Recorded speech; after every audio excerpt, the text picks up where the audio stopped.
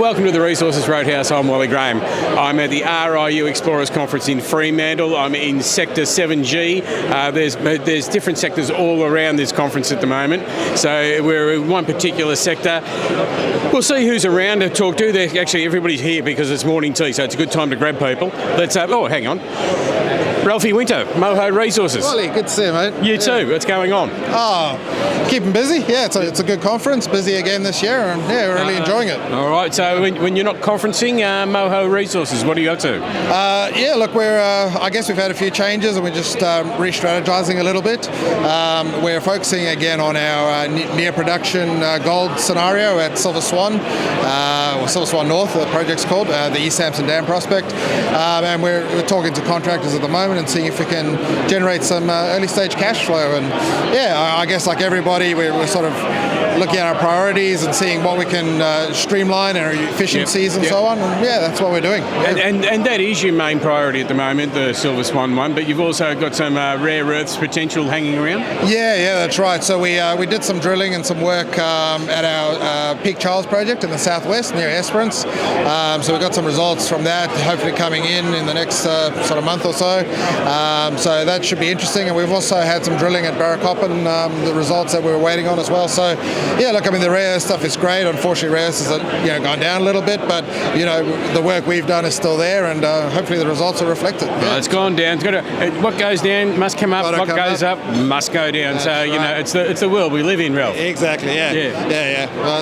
Look, we're enjoying it, and it's a great industry to be in, and we enjoy what we do, and yeah, hopefully it reflects in the results at the end of the day. All right, mate. We'll keep that smile on your face, and we'll catch up with you soon. Thanks, Wally. Appreciate your time. Take it easy. Cheers, mate. All right. Good story, Ralph. He's been working hard on that one. Let's see, who else have we got? Andrew Muir. You're always good for a bit of a chat. Sorry to interrupt your sandwiches there, mate. You've got to get them while you can. It is morning tea time. Okay, SEPA Resources. Now, you're a relatively new face in the company yourself. Only coming in late last year. That's correct. Yep, October last year. So look, it's been a bit of a change in management, I suppose, for the right reasons. So I joined in October last year, and Anna, my exploration manager here, she joined about 3.5-4 weeks ago. So new eyes, I guess a slightly more sort of streamlined philosophy. Bit of a makeover of the company, the graphics and the look and feel, and looking to bring a bit more focus, I suppose, going forward. Well, and you're saying like new eyes over the projects and all that. I mean, there's already been quite a substantial amount of work done historically there, hasn't there? Yeah, look, we've got 5 projects, 4 of which are very large scale, up in the Pilbara and Kimberley, all of which have got fantastic geological merit, and have had a lot of targeting studies done, and often some of them got soils and air core and a bit of drilling and whatnot. So we just need to put those all in the mix and review all the work that's been done and work out what the best plan of attack is going forward. All right. So, and the project itself, give us an idea of what the main project is.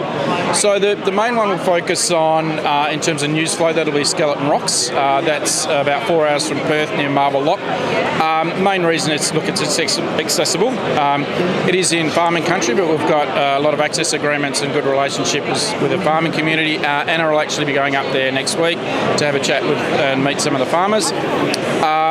So the main thing is really we can get on the ground. It's also got gold targets, lithium targets, nickel targets. So we've got a couple of different things that we're looking at.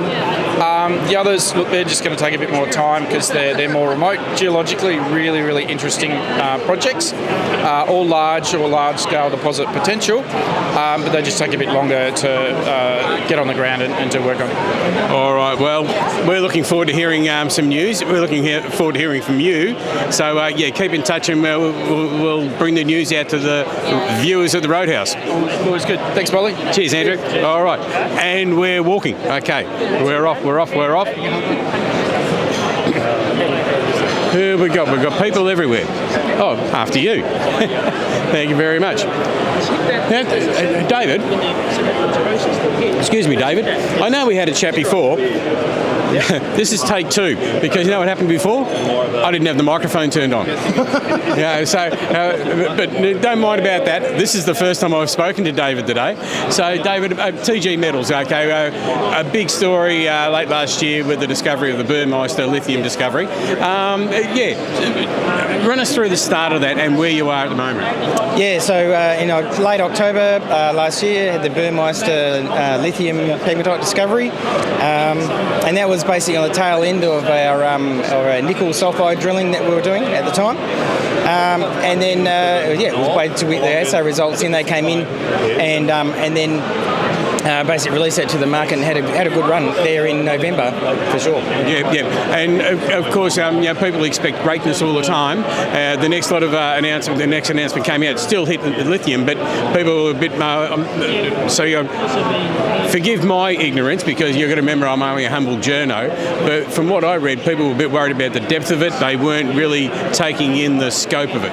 Yeah, so I suppose our next set of results was pretty much more of the same of what we'd drilled before. We were expecting that, but obviously the market was expecting us to maybe get an Azure style deposit or something like that. But the reality is those are rare. But certainly in terms of the widths that we're getting and the depths, we're very comparable to a lot of the other operating actually lithium mines around us. So like Mount Catlin, similar depths, similar widths, and then you've got the other ones up to the north of us are near Kambalda and Coolgardie. So Earl Grey is an outlier there. That is a big deposit. We think we've got an Earl Grey style because we're quite flat in our pegmatites. We haven't hit the thicknesses that they have had there at Earl Grey yet, but it's early days. We've only made the discovery in October, and we've got a lot more drilling to do yet. All right, a lot more drilling to do. Are you out there doing it at the moment, or are you just waiting to get out on the ground? We've got some more heritage survey to do before we can do more infill drilling on Burmeister, but also we want to have a good hit and run at the Jägermeister prospect as well, which is just out to the east of Burmeister. Huge soil anomaly. We've got to narrow down where we're going to put our first holes in there, but we should be putting our first holes in there sometime in March. All right, no worries. As always, we'll keep eyes across what you're up to, but good to see you. I'll let you get back again to what you're doing, and thanks for your time. Thank you. All right. And of course, I'm sacking my assistant because he didn't turn the microphone on, but what do you do? Anyway, thank you very much. We'll go and have another rest. We'll go have another walk around, get some more interviews. We'll be back in a minute.